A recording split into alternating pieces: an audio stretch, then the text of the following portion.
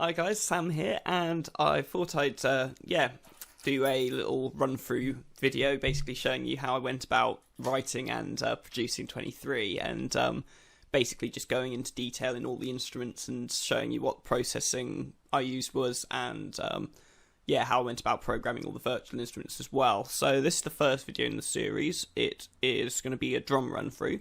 So I used a piece of software called Acoustica Beatcraft, which I think the legacy version you can actually get free online, which is really good, and it's pretty simple. You just kind of input into this editor here where you want each drum to go, and you set the BPM, everything like that, and it'll program it for you, and you can set the samples and everything. So I'll just show you how I went about it. The first sample I used is this hard kick sample. I've just soloed that so you can have a little listen to what that sounds like without any processing.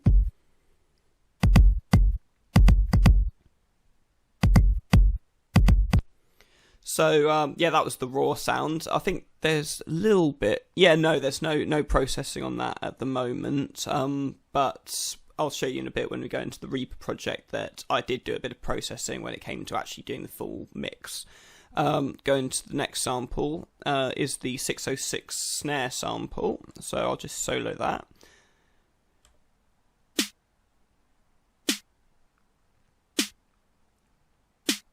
So yeah, really nice sounding snare sample there. I can't remember if that was a stock one or one I found online, but yeah, no, there's a lot of potential there to make that sound really nice. So really liked that one. Hi-hat sample, let me just go on to pre-chorus, that uses it, yeah, so I'll just solo that, and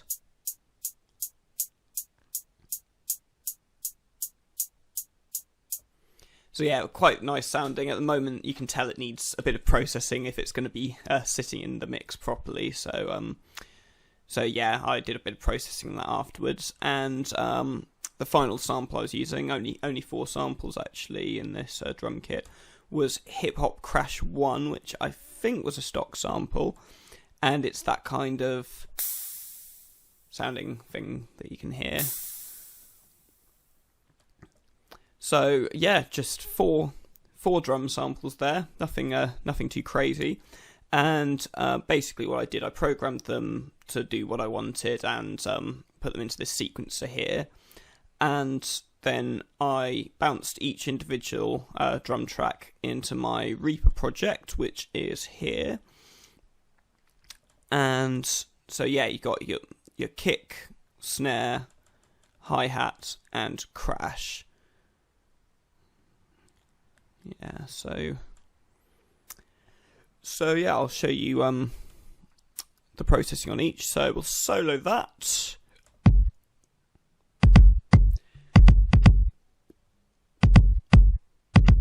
So you can already hear that the processing I've done there has made the kick sound quite a lot bassier and kind of heavier. So I'll show you what I've done there.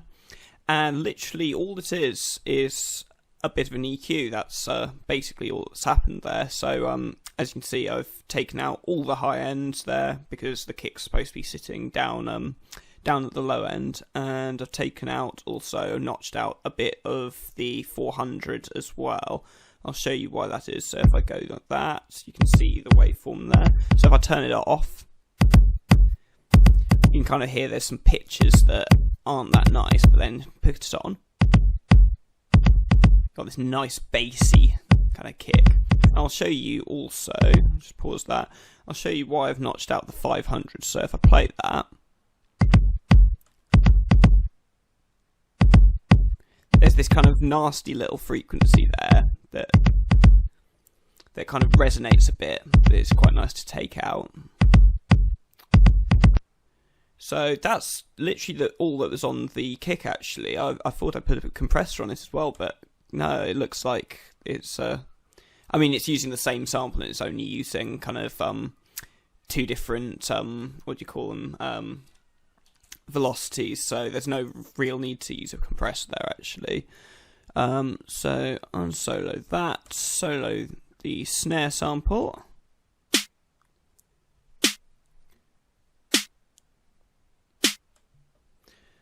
So we'll go into that, and this one I did use a compressor on actually. So the I'll go into the EQ, you can see what's happening there. So without that.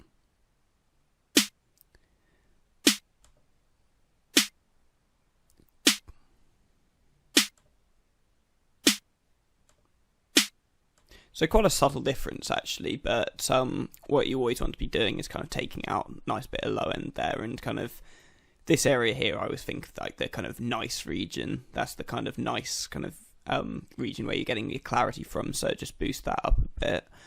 And the comp I'm using is actually a stock snare compression sample there. So yeah, it's just one of Reaper's own compression plugins, and it's already got a plugin ready for me, and I've got no idea what any of this does, so usually I just use the stock ones, yeah.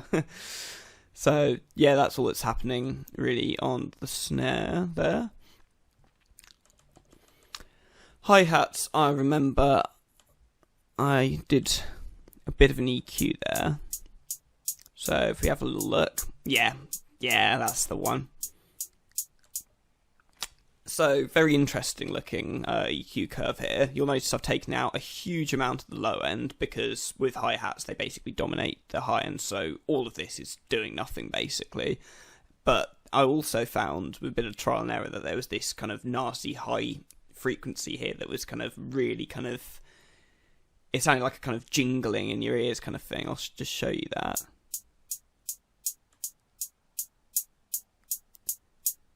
So you can hear it's kind of like this kind of buzzy kind of, and then you take it down and it sounds like you've taken it out a bit, which is good.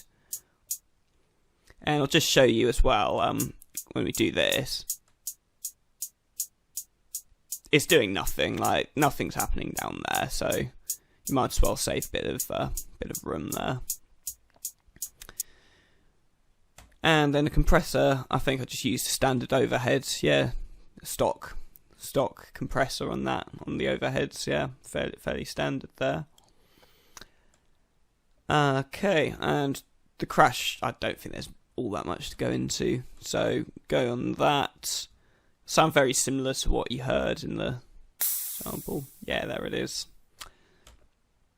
So there's actually no processing at all on that. That's, yeah, exactly as you heard it before. I mean, it's kind of just to elaborate the starter bars. I'll let you hear that in context. So I'll just unsolo that. Oh, if I actually unsoloed that. Do a right. Should probably turn that down a bit, shouldn't I? There we go. Do a right. Yeah, so yeah, just to elaborate the starter bars pretty much, that's all that's really going on there. Okay, so there's one other thing to show you, which is I've got a track called Lo-Fi Bit, and you'll probably notice there are like little just single bars here and here, so that's just before the second chorus and during right at the beginning of the final chorus, where kind of the drums go a bit kind of lo-fi, and all I did there, if I solo this, turn the effects off,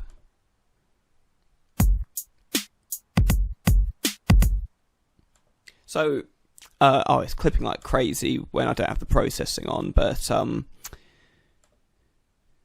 yeah, basically I just bounced down the whole kind of normal pre-chorus bit with hi-hats and everything into one sample, and turn it back on and run what's known as I can't remember the actual name for it, but it's kind of, it's shelved the low end and the high end, and basically just kind of allowed this area, which is kind of, it's like if you use an old telephone, it'll cut out all the high end and all the low end, which is why it sounds a bit kind of weird and lo-fi. So I'll just show you that with the processing on.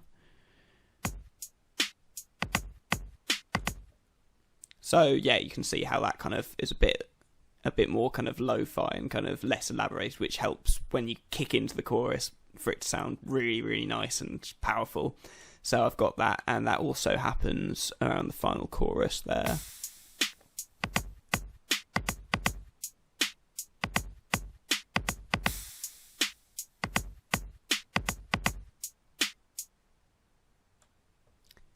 and then it goes back in. So yeah, that's pretty much everything that's happening with the drums there. So actually quite minimal production on those. I think the reason for that is the samples themselves are actually really, really nice. So when it comes to fitting them into the context of the song, you don't actually need to do all that much at all, really. So yeah, that's pretty nice. Yes, I hope you enjoyed that and found that really helpful. If you got any questions, please let me know. Thanks a lot for watching. In the next video, I'll go into the bass and the bass programming, and after that, I guess guitars, dirty guitars, vocals. I'll take a lot of time over. There's a lot going on there, and then synths as well. In another video. So yeah, that's all for now. Hope you found that useful, and see you in the next video.